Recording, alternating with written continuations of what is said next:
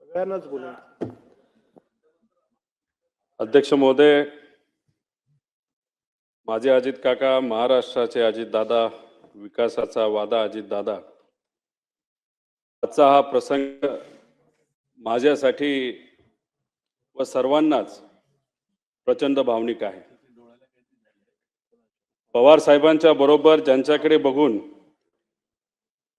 आम्ही राजकारणात प्रेरणा घेतली, तो आमचा अभिमान, स्वाभिमान, आमचा आधार माझे काका आणि महाराष्ट्राचे अजितदादा यांचा शोक प्रस्तावावर बोलण्यास मी आज या ठिकाणी उभा आहे. मुख्यमंत्री साहेबांनी हा शोक प्रस्ताव या ठिकाणी इथं मांडला आणि या प्रस्तावाला त्या ठिकाणी मी पाठिंबा देतो. जन्मतारीख 22 जुलै 1959, निधनाची तारीख 28 जानेवारी 2026, 66 वर्षे 6 महिने आणि 6 दिवस असा हा त्यांचा आयुष्याचा प्रवास. पायाखालची जमीन काय असते ते 28 जानेवारीला आम्ही सर्वांनी तिथं अनुभवलं. अजितदादांचं कार्य समाजकारणाचं असेल, राजकारणाचं असेल, हे 40 वर्षापेक्षा जास्त आहे. माझं वय 40 आहे, म्हणजे माझ्या वयापेक्षा जास्त अनुभव हा अजित काकांचा राजकारणामध्ये त्या ठिकाणी होता.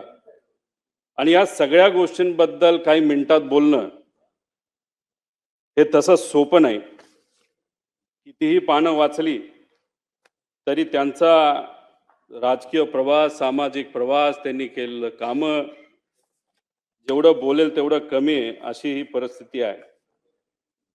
1982 मध्ये छत्रपती सहकारी साखर कारखान्याचे संचालक म्हणून ते निवडून आले.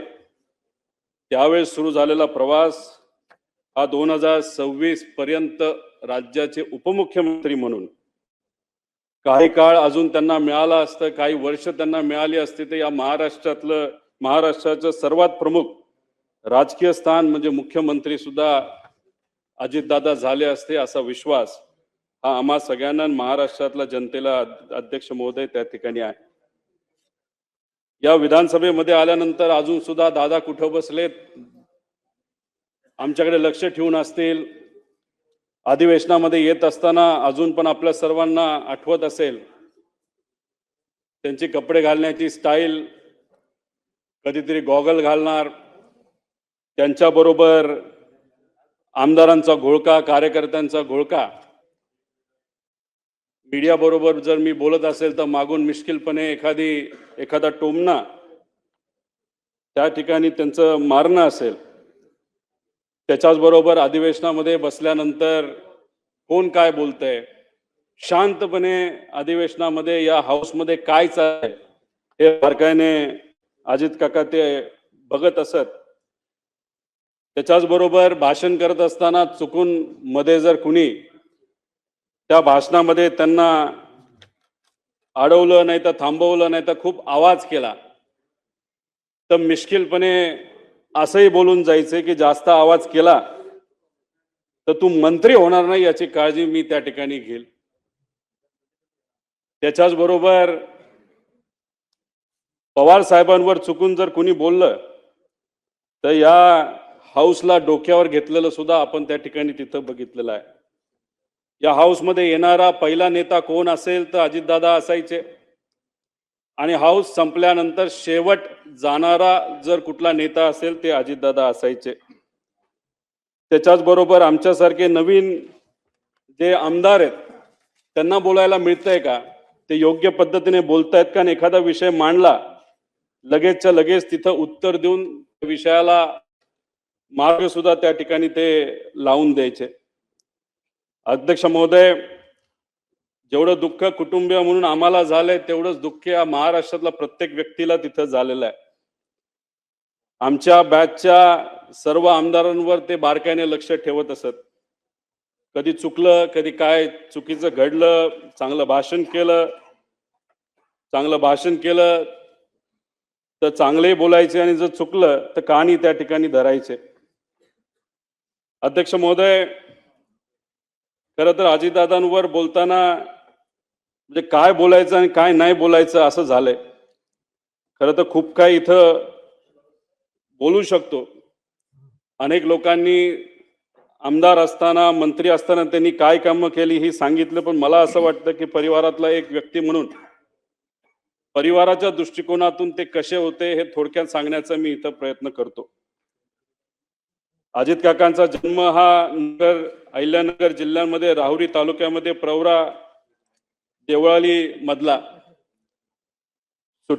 सुट्टीच्या वेळेस मामाकडे जायचे. त्यांना लहानपणी गोट्या खेळायला आवडायचे, पण त्यांचा एक स्वभाव होता, कुठलाही खेळ खेळत असताना जर एखाद्या वेळेस ते हरले, नाही तर आपण हरतोय असं दिसायला लागले, तर काही झालं तरी आपण जिंकायचं. कधी कधी तर असं काही व्हायचं की अख्ख्या कुटुंबाला त्याला तिथं थांबावं लागायचं, कारण का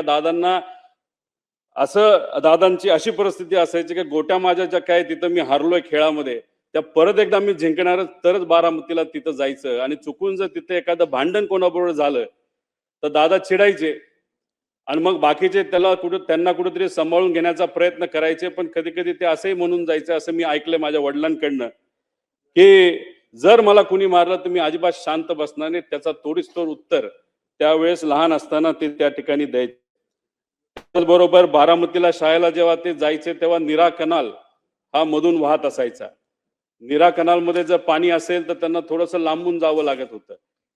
बघा ना, योगायोग, लहानपणी जेव्हा त्यांना लांबून जावं लागत होतं तेव्हा ते सारखे चिडायचे की पाणी कोण सोडतंय, पाणी सोडलं तर मला लांबून जावं लागतंय.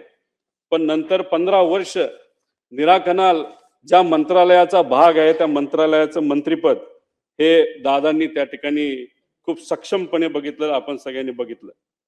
माझ्या वडिलांचे आणि त्यांचे फार चांगले संबंध होते. दोघं एकत्र बऱ्याच वेळा तिथं थांबायचे, राहायचे. त्या दोघांना कृषी क्षेत्र खूप आवडायचं. एकदा त्यांना चांगली जर्सी गाई घ्यायची होती. दोघांनी ठरवलं चला बँगलोरला आपण जाऊ. दोघं गेले बँगलोरला. पैसे थोडे घरून घेतले होते. तिथं गेल्यानंतर तिथं गाया सगळ्या तिथं निवडल्या. आता कसं जायचं, तर बजाजचा एक मोठा टेम्पो असायचा, जो काही ट्रॅक्टर गाड्या घेऊन यायचा, त्याच्यामध्ये तो बुक केला, त्याच्यामध्ये गायी ठेवल्या. बँगलोर पासून ते बारामती पर्यंत मग शेण साफ करणं असेल, दूध काढणं असेल, पाणी देणं असेल, दूध काढलेलं विकणं असेल, या सगळ्या गोष्टी अजितदादांनी आणि माझ्या वडिलांनी तिथं केल्या. आणि हे करत असताना कधी बोलून दाखवलं नाही. सहसा सगळ्यांची सवय असते की आमचं लहानपण कसं होतं, किती अडचणीचं होतं, हे सातत्याने अनेक लोक तिथं बोलून दाखवतात, पण दादांनी कधी ते तिथं बोलून दाखवलेलं नाही. त्याच्याच बरोबर असेही काही अनुभव मी ऐकलेले की जेव्हा लहानपणी ते श्रीनिवास काका असतील असं चालत मातीच्या रस्त्याने जायचे आणि जात असताना जेव्हा रस्त्यावर एखादा दगड असेल, काटा असेल, तर काही असेल, तर ते साईडला सारून ठेवायचे. की त्यांचं म्हणणं असायचं की ठीक आहे, आपण आता चालतोय, आपल्याला दगड दिसतो तर तो बाजूला करूया, म्हणजे मागून येणारी एखादी गाडी असेल, बैलगाडी असेल, त्याला कुठं त्या ठिकाणी त्रास होऊ नये. म्हणजे दुसऱ्याची काळजी कशी घ्यायची ही लहानपणीपासून दादांनी त्या ठिकाणी जपून ठेवलं होतं. त्याच्याच बरोबर शेतामध्ये जाताना गाजर गवत असेल, नाही तर अजून कुठलं काय असेल, तर ते उपटायचं आणि बांधावर काढून ठेवायचं.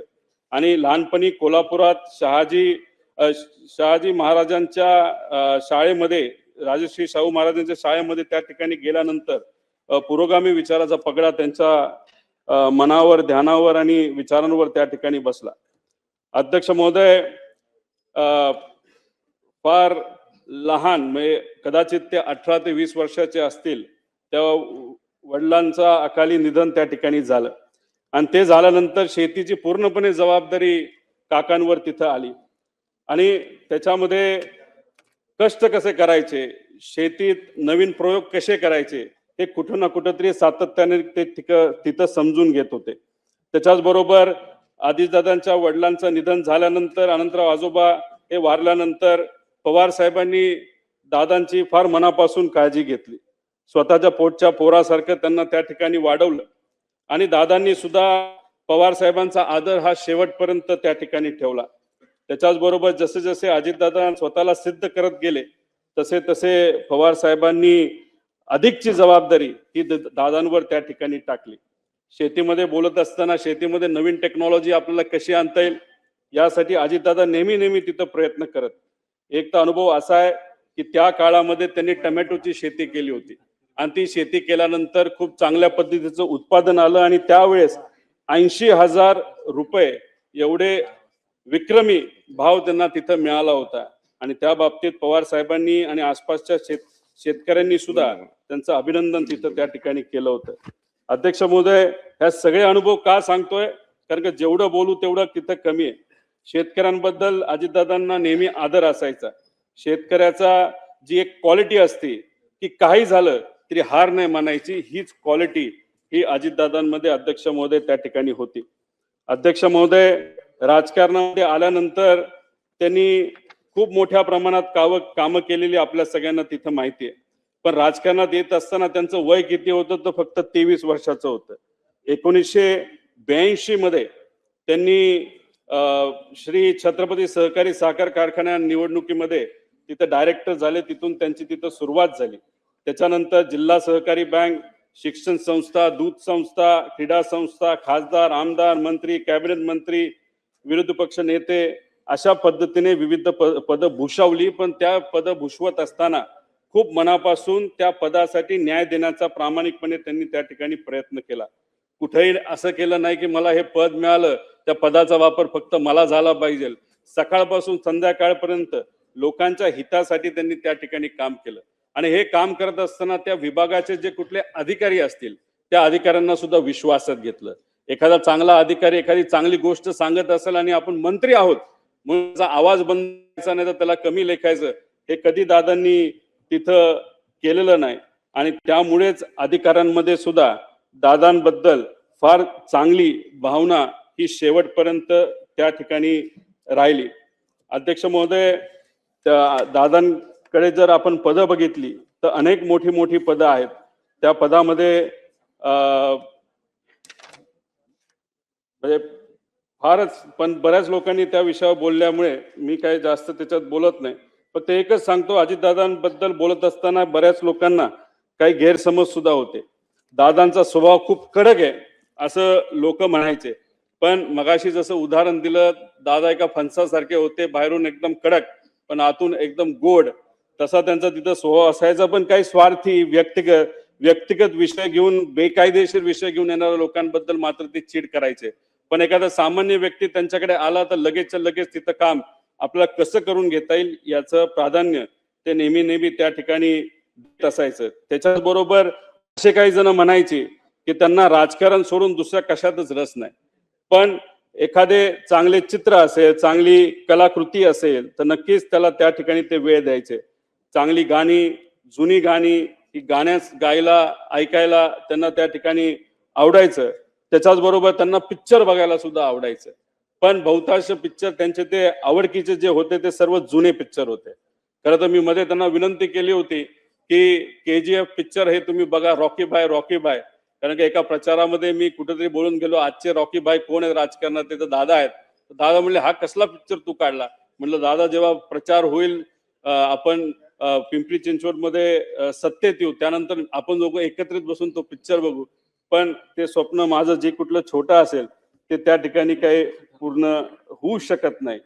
अध्यक्ष महोदय, खरं तर अजितदादांची दुसरी बाजू, जेव्हा केव्हा एखादा कार्यकर्ता अडचणीत येतो तेव्हा ते मनापासून त्या कार्यकर्त्याला मदत करत असेल. आपण एखाद्या पदावर असलो काय नसलो काय, लोक जेव्हा अडचणीत असायची त्या लोकांना सुद्धा तिथं मदत ते सातत्याने त्या ठिकाणी करत होते. 2005 साली मांढरादेवी दुर्घटनेतील चेंगराचेंगरीत सुमारे 300 जणांचा मृत्यू झाला. अजितदादा लगेचच्या लगेच तिथं गेले. जी काय मदत आपल्याला शासनाकडनं, प्रशासनाकडनं आणि व्यक्तिगत करता येईल ती मदत तिथे असणाऱ्या लोकांना व त्यांच्या नातेवाईकांना तिथं केली. अध्यक्ष महोदय, पक्ष संघटना बांधणीमध्ये सुद्धा त्यांचं खूप मनापासूनचं लक्ष तिथं असायचं. कार्यकर्त्याला काय लागतं, कसं लागतं, त्यांना मदत कशी आपल्याला करता येईल. त्याच्याच बरोबर तरुणांना राजकारणाकडे आकर्षित करणं हे काय सहसा सगळ्यांना जमतं असं नाही. पण दादांच्या अवतीभोवती हे युवा कार्यकर्ते सातत्याने असायचे. अनेक युवा कार्यकर्त्यांना त्यांनी राजकारणामध्ये संधी दिली, आमदार बनवलं, आमदार झाल्यानंतर त्यांना मंत्री बनवलं. त्यामुळे नवीन कार्यकर्त्याला ताकद देणं हे दादांना खूप मनापासून त्या ठिकाणी माहित होतं आणि त्यांची ती आवड असायची. निवडणूक कशी लढवावी, कुणाला उमेदवारी द्यावी, कुणाच्या बंडखोरीला छुपा आशीर्वाद द्यावा, सत्तेची मोठ कशी बांधावी, सत्ता कशी मिळवावी, सत्ता कशी टिकवावी आणि सत्ता कशी गाजवावी, हे अजितदादांकडनं आपण सर्वजण शिकू शकतो. अध्यक्ष महोदय, खरं तर दादा जे काम मिळेल ते आपण करायचं. एखादा व्यक्ती आला, त्याला काम सांगितलं, दादांचा मूड जर खराब असेल तर मग चुकून दादा जर त्याच्यावर चिडले तर 5-10 मिनिटांनी परत एकदा ते फोन करायचे, बाबा तुझं काम काय होतं, आणि लगेच ते काम तिथं करून दाखवायचे. पण त्यांना कुठेही इल्लीगल बेकायदेशीर काम हे कधीच आवडत नसायचं. त्याच्याच बरोबर संघटनेसाठी सुद्धा त्यांनी खूप मनापासून वेळ दिला. जेव्हा ते मुंबईत असायचे, गुरुवारी सकाळी 9 ते 12 वाजेपर्यंत मुंबईतल्या राष्ट्रवादी काँग्रेसच्या कार्यालयामध्ये ते बसून असायचे. त्यानंतर शनिवार आणि रविवार हा बारामती आणि पुण्यासाठी असायचा. मुंबईत जेव्हा अजित काका तिथं बसलेले असायचे, चुकून एखादा बारामतीचा कार्यकर्ता जर मुंबईत आला तर प्रेमाने सांगायचे, जेव्हा मी बारामतीत असेल तेव्हा तू तिथे ये, आता इथं येऊ नको, महत्वाचं काम असेल तर मी इथं करतो, थोड्या दिवस तू थांबायला काय तुला काय हरकत नाही. त्यामुळे वेळेचं योग्य असं नियोजन, समजा एखादी बैठकीची वेळ त्यांनी दिली असेल सकाळी 7ची तर 7ला बैठक चालू व्हायची, 7 ते 10 मिनिटाचा वेळ असेल तर 10ला ती संपायची म्हणजे संपायची. तिथं जाऊन उगाच दुसऱ्या गोष्टी बोलून चालत नसायचं. काम काय, अधिकाऱ्याला विचारायचे, हो होऊ शकतं का, होऊ शकत असेल तर कसं होणार, करायचं असेल तर कसं होणार, किती दिवसात होणार. म्हणजे एवढ्या कमी वेळात, म्हणजे आपण मंत्र्यांकडे जर आज बघितलं आणि त्यांच्या कार्यपद्धतीकडे बघितलं तर दादा एकुलता एक कदाचित मंत्री असा असेल की त्यांनी दिवसा 30 ते 40 बैठका घेतल्या असेल, वेळेत त्या तिथे संपवल्या असतील. आणि दादाने एक वेगळा पायंडा या राजकारणामध्ये काढला होता. सहसा आपण जर बघितलं तर बरेच नेते हे तोंडावर आपल्याला गोड बोलतात पण नंतर ते काम कधी होत नसतं. पण दादाने एक नवीन पायंडा सुरू केला होता या महाराष्ट्राच्या राजकारणामध्ये. होणार असेल तर लगेच सांगायचं करतो, फोन लावणार, आणि होणार नसेल तर होणार नाही. त्यामुळे लोकांचा वेळ सुद्धा अध्यक्ष महोदय त्या ठिकाणी वाचायचा. त्याच्याच बरोबर मंत्री म्हणून जे सिंचन क्षेत्रातलं काम त्यांनी खूप मोठ्या प्रमाणात केलं. पाटबंधारे मंत्री असताना सुद्धा त्यांनी खूप मोठ्या प्रमाणात कामं केली. विदर्भासाठी, मराठवाड्यासाठी, पश्चिम महाराष्ट्र, कोकण, उत्तर महाराष्ट्र यासाठी त्यांनी तिथं काम केलं. पाणी पुरवठा मंत्री असताना सुद्धा त्यांनी खूप मोठ्या प्रमाणात कामं केली. अर्थमंत्री म्हणून ते एकदम शिस्तीचे मंत्री आणि अर्थमंत्री म्हणून त्यांची तिथं ओळख आहे. 11 वेळा त्यांनी बजेट तिथं सादर केलं आणि ते करत असताना काटकसरीने आपल्याला राज्याची तिजोरी ही कशा पद्धतीने त्या ठिकाणी त्याचं नियोजन करता येईल हे दादांनी आपल्या सर्वांना दाखवून दिलं. कोरोना काळामध्ये आर्थिक अडचण असताना सुद्धा योग्य असं नियोजन करून या महाराष्ट्राचं जे आर्थिक घडी आहे त्या ठिकाणी बसवलेली आपण तिथं बघितली. जिल्हा नियोजन समितीला भरघोस निधी दिला, आमदार निधीमध्ये मोठ्या प्रमाणात वाढ केली आणि ह्या सर्व गोष्टींमुळे या महाराष्ट्राच्या विकासासाठी खूप मोठ्या प्रमाणात मदत त्या ठिकाणी झाली. त्याच्याच बरोबर ऊर्जा मंत्री असताना सुद्धा त्यांनी अशी कधी परिस्थिती आणली नाही की आपल्याला ट्रान्सफॉर्मर पाहिजे, आपल्याला त्या ठिकाणी डीपी पाहिजे आणि डीपी तो MSEB कडे नाहीये. तिथं एवढं पैशाचं नियोजन चांगल्या पद्धतीने केल्यामुळे कोणालाही कुठल्याही शेतकऱ्याला त्या ठिकाणी अडचण झाली नाही. त्याच्याच बरोबर महावितरण, महापरेशन आणि महाजेनको या तिन्ही कंपन्या आर्थिक दृष्टिकोनातून सबलीकरणाकडे दादांनी त्या ठिकाणी नेला. क्रीडा क्षेत्रात तर त्यांचं काम मोठंच आहे. पण मला फक्त एक गोष्ट या ठिकाणी सांगायची की दादांबरोबर असताना जेव्हा दादांवर बिनाबुडाचे त्या ठिकाणी काही गोष्टी बोलल्या जायचे तेव्हा दादांना खूप मोठ्या प्रमाणात वाईट वाटायचं. जनतेच्या विकासाचं राजकारण करत असताना दादांवर नको ते आरोप झाले. दादांनी आयुष्यभर स्वच्छतेचा आग्रह धरला, त्यांच्या अंगावर आरोपाचे डाग उडवले गेले. त्यावेळी दादा किती अस्वस्थ व्हायचे हे आम्हा सगळ्यांना त्या ठिकाणी माहिती. विशेष म्हणजे यातील एकही आरोप या मंडळींना सिद्ध करता आला नाही. उलट ज्यांनी त्यांच्यावर आरोप केले त्यांनीच नंतरच्या काळामध्ये त्यांची प्रशंसा केलेली आपण सर्वांनी बघितली. मी खरं तर विनंती करतो की आज दादा आपल्यामध्ये नाहीयेत. जे आरोप झाले ते कधी सिद्ध झाले नाही, ते आरोपच होते, नाही तर राजकीय कदाचित भाषण असू शकतात. आणि मग अशा पद्धतीने जर आरोप त्यावेळेस केले असतील तर आज दादा जर आपल्यात नसतील तर ते आरोप आणि ते डाग आज जर आपल्याला पुसता आले तर त्यासाठी प्रयत्न झाले पाहिजे. त्याच्याच बरोबर देवेंद्र फडणवीस साहेब हे दादांचे जिवलग मित्र म्हणून ओळखले जातात. त्यांना मी विनंती करतो की हे जे खोटे सगळे आरोप आहेत एका गठोड्यात तिथं भरून या समुद्रामध्ये जर टाकून दिले तर मग मला असं वाटतं की त्यांना ती आदरांजली, खऱ्या अर्थाने आदरांजली असं आपल्याला कुठेतरी म्हणावं लागेल. अध्यक्ष महोदय, बाकी संस्थेमध्ये पण त्यांचं कार्य खूप मोठं होतं. काकांनी पीडीसीसी बँक असो, विद्या प्रतिष्ठान असो, VSI, PDA अशा इतर संस्थांमध्ये सुद्धा खूप चांगल्या पद्धतीने काम केलं. पीडीसीसी बँकेचं नाव हे अख्ख्या भारतामध्ये फार आदराने कोऑपरेटिव्ह सेक्टरमध्ये तिथं घेतलं जातं. अजित दादा आणि बारामतीचं नातं फारच वेगळं आहे.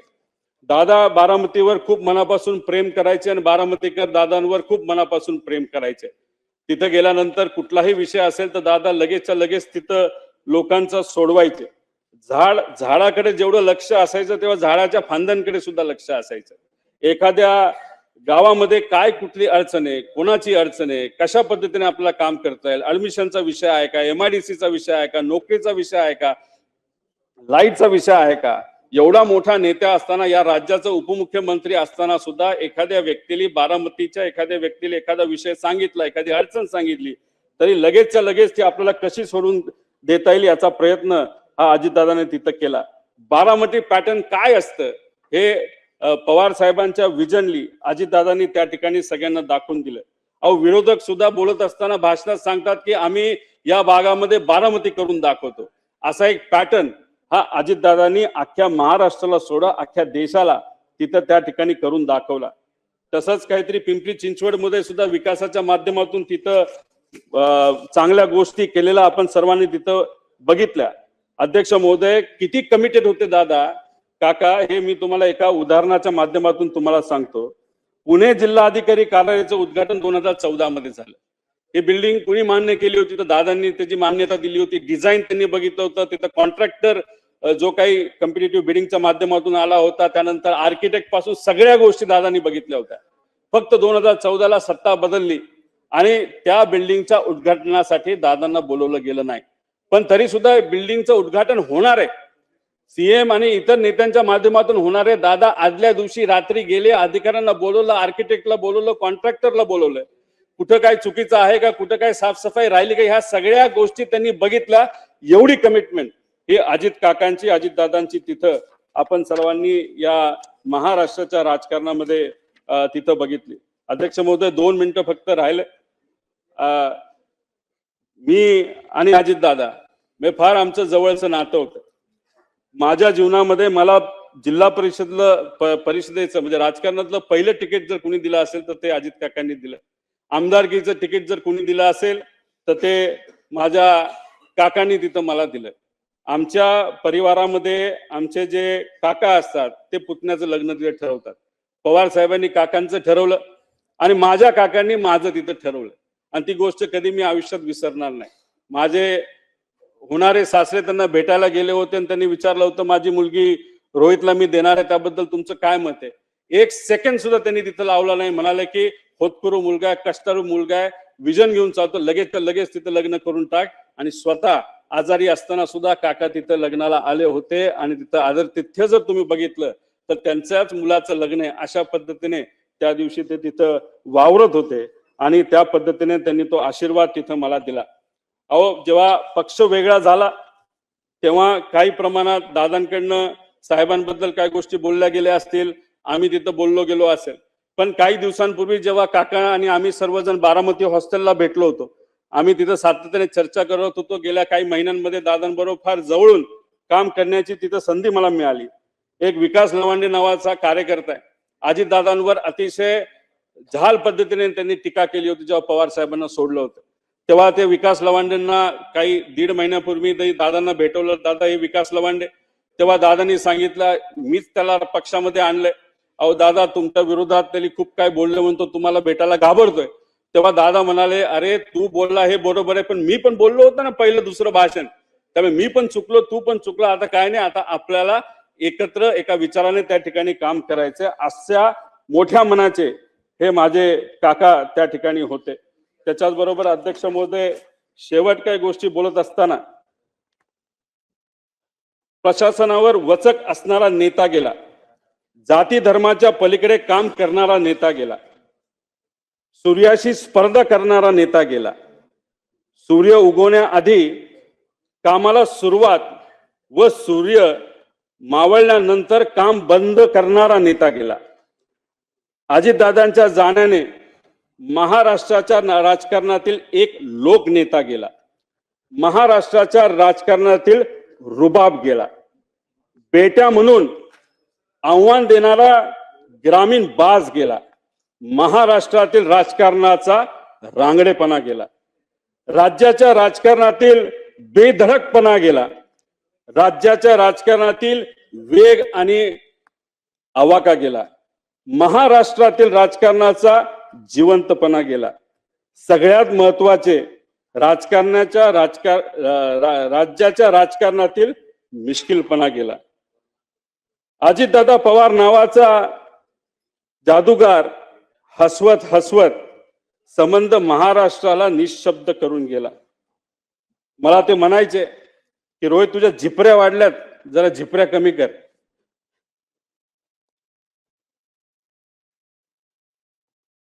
त्या दिवशी एक आदरांजली म्हणून तिथं मी माझे केस कापले. ते मला म्हणायचे, तू जरा शारीरिक वजन वाढले, तू जरा शारीरिक वजन कमी कर, पण राजकीय वजन वाढव. मी नुसतं म्हणायचो हो करतो, पण मी त्यांना शब्द देतो की माझी हेअरस्टाईल मी अशीच ठेवेल, शारीरिक वजन कमी करेल, राजकीय वाढवेल, पण एक गोष्ट मात्र खरी. ते मला म्हणायचे, वरचं बटन वरपर्यंत लावत जा, पण काकांना एक सांगायचे, 40-50 वर्षानंतर मी तेव्हा तुम्हाला भेटेल, तोपर्यंत मी बटन असंच उघडे ठेवणार, त्यावेळेस मात्र तुम्हाला भेटल्यानंतर हे बटन मी त्या ठिकाणी लावेल, कारण शेवटी हे बटन असं ठेवल्यानंतर तुमची आठवण त्या ठिकाणी मला नक्कीच त्या ठिकाणी येईल. पण एक गोष्ट अजून आहे, 40-50 वर्षांनी जेव्हा अजित काकांची माझी भेट होईल, तेव्हा हा माझा लढा जो मी आता त्या ठिकाणी लढत आहे आणि अख्खा महाराष्ट्र त्या ठिकाणी लढत आहे, तेव्हा अजित काकांसमोर ताट मानेले मी तिथं उभा राहील आणि नक्कीच माझे काका माझ्या पाठीवर हात ठेवून म्हणतील, लढलास बरं का. आणि या गोष्टी ऐकण्यासाठीच हा जो छोटासा लढा पण महत्वाचा लढा त्या ठिकाणी मी व सर्वांनी तिथं हातात घेतलाय, तो पूर्ण केल्याशिवाय राहणार नाही. आणि दादांच्या अपघातात जो कोणी जबाबदार असेल, जो कोणी दोषी असेल, त्याला तुरुंगात टाकल्याशिवाय आणि शिक्षा दिल्याशिवाय आम्ही तर त्या ठिकाणी शांत बसणार नाही. तो किती मोठा असला आणि कुणी काय असलं तरी आम्ही घाबरणार नाही. त्याच्याच बरोबर मला काकींना या ठिकाणी सांगायचं, तुमच्या राजकीय पुढच्या प्रवासामध्ये या छोट्या कार्यकर्त्यांचं तुमच्या या पुतण्याचं जिथं कुठं तुम्हाला मदत लागेल ती मदत करण्यासाठी मी सदैव त्या ठिकाणी तयार असेल. एवढंच या ठिकाणी सांगतो, जेवढं बोलेल तेवढं कमी आहे, पण आमच्या या काकांच्या विचारावर, काकांच्या स्टाईलनी मी नक्कीच येणाऱ्या काळामध्ये लोकांच्या हितासाठी, महाराष्ट्राच्या हितासाठी त्या ठिकाणी काम करत राहील. धन्यवाद. रामकृष्ण.